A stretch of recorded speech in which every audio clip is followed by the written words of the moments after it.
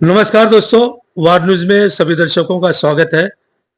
महाराष्ट्र विधानसभा चुनाव में जिस तरह से सभी राजनीतिक दलों ने अपने प्रत्याशियों और अपने कांग्रेस कार्यकर्ताओं की उम्मीदों पे जिस तरह से पानी फेरा, उनकी समीक्षा की जाए तो सोलापुर शहर में सबसे बड़ा जो अपमान सहन हुआ वो बाबा मिस्त्री पर हुआ। लेकिन बाबा मिस्त्री का कार्यक्षेत्र दक्षिण सोलापुर है, लेकिन उसे मध्य से देने की ये कांग्रेस नेताओं का जो षड्यंत्र था उसको धुतकारते हुए बाबा मिस्त्री ने कांग्रेस को ही 30 वर्ष तक अपने गठबंधन में अपने बंधन से अपने गले से लगाया। आज उसको त्याग कर प्रहार जनशक्ति पार्टी से अपना नाता जोड़ के दक्षिण सोलापुर के चुनावी मैदान में कूद गए हैं। लेकिन कांग्रेस नेताओं कांग्रेस के लिए एक अच्छा एक योद्धा जो कोरोना काल में लोगों के लिए जो काम किया वो कांग्रेस ने खोया। ये कांग्रेस की विडंबना है, दुर्भाग्य है कि कांग्रेस के नेता अपने स्वार्थ के लिए किसी को भी बलि का बकरा बनाते हैं।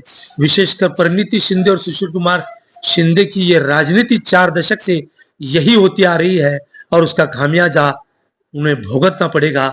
हम बाबा मिस्त्री से मुलाकात करने उनके आवास पर आए हैं। बाबा मिस्त्री, आपसे पहली प्रतिक्रिया ये जानना चाहते हैं कि क्या कांग्रेस ने आपके साथ भीतरघात और शर मात का खेल खेला? कांग्रेस पार्टी ने दक्षिण सोलापुर की सीट जो है ये है यहाँ पर कांग्रेस का बाले किल्ला जिसको कहा जाता है। पारंपरिक सीट कांग्रेस की यहाँ पर, जबकि ये तालुके का इतना बड़ा इतिहास है।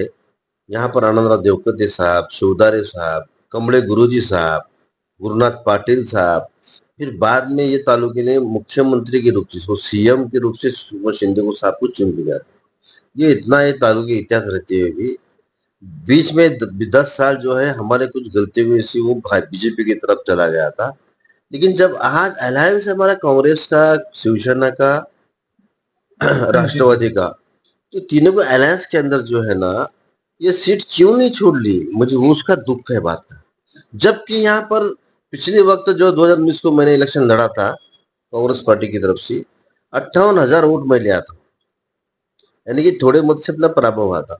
उनका मेरिट कैसा था, जहां हमारा सेकंड उम्मीदवार है, जहां हमारा सिटिंग एमएलए है और जहां हमारा सेकंड उम्मीदवार है, वहां के वहां मेरिट के हिसाब से सीट छोड़ना ऐसा उनका तय हुआ था।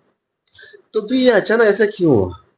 ये मुझे लगता है हमारे नेता की कांतों का कमजोरी या तो फिर उनकी ताकत नहीं पहुंची। अब वो तुम्हारे नेता नहीं रहे, तुमने पार्टी त्याग दी। जब जो जो उन्होंने ये सोचा नहीं, उसको ये सोचना था कि वो हमारा एक तरह का कार्यकर्ता वहां पर है, हमारा सिपाही है, हमारे साथ 30 साल उन्होंने इतना अच्छा काम किया कांग्रेस पार्टी के अंदर, जबकि किसी कोई भी बात की हम आशा नहीं की थी।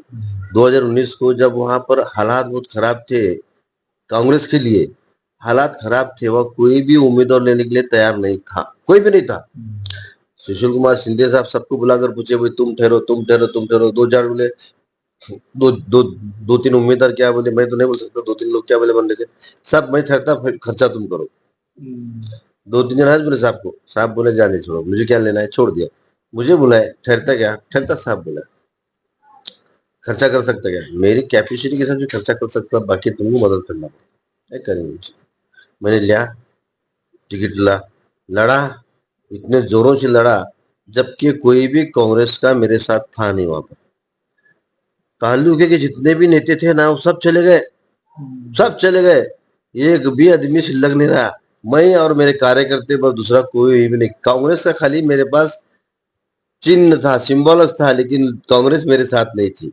नदारत थे कांग्रेस नेता, लेकिन ये कांग्रेस पार्टी का सिंबल तुम्हारे काम आया और उसको कांग्रेस पार्टी का सिंबल लेकर मैंने पूरे तालुके में ऐसा घुमा, ऐसा घुमा, ऐसा घुमा।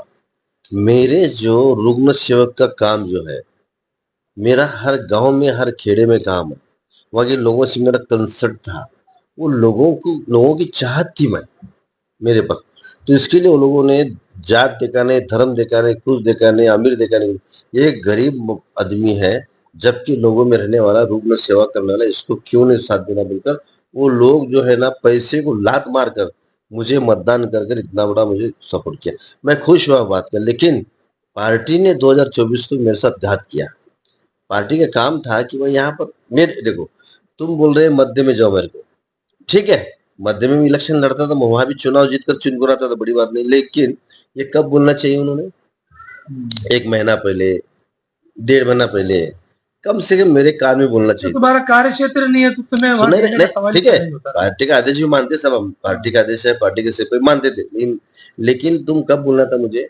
1 घंटा, एक महीना पहले बोलना था कि बाबा असं वहां तुम्हारा सर्वे में तुम्हारा नाम हुआ आयला है मेरिट के ऊपर कि मध्य में तुम अच्छे मशीद चुन कर आते बोलकर, ऐसा सर्वे हुआ, वो सर्वे में आपका नाम है। तो ये जब सर्वे हुआ तुम्हारा तो मुझे बोलना चाहिए था ना कि सर्वे हो रहा है, आपका नाम आ रहा है, आप वहाँ, मेरे को अकेले को बोलने लगता खाली तैयारी करो, तो मैं वहाँ के लोगों को जबान नहीं दिया, नहीं होता। हमारे 11 लोग जो है मुस्लिम के इच्छुक थे वो बेचारे, फिर हमारे कुछ उलमा थे, उनके साथ बैठक हो गई थी। वो बैठक में उनको बोला था भाई, उन्होंने मुझे पूछा कि आप मध्य में आ सकते क्या? मैंने मध्य में मैं नहीं आता। तो उन्होंने ये भी पूछा कि अगर मध्य में आप लोग पार्टी टिकट दिए तो, अरे मध्य में कैसा टिकट देंगे भैया, मैं तो दक्षिण से टिकट मांगा हूँ, मध्य में कैसा होगा?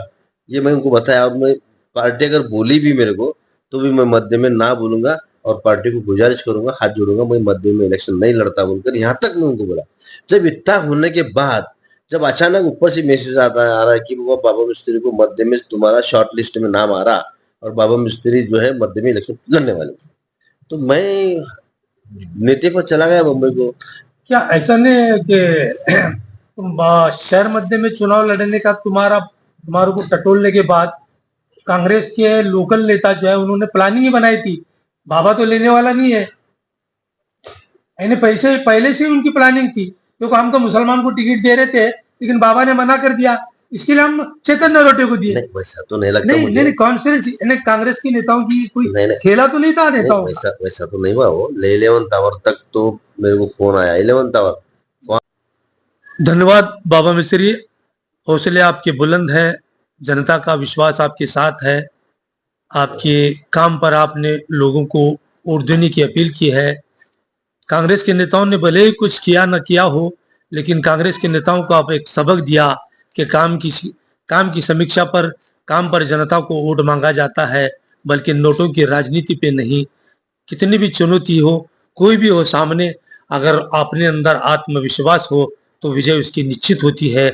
इसी के साथ हम बाबा मिस्त्री को शुभकामना देते हुए दक्षिण सोलापुर में वार न्यूज की तरफ से उन्हें शुभेच्छा, धन्यवाद। देखते रहिए वार न्यूज।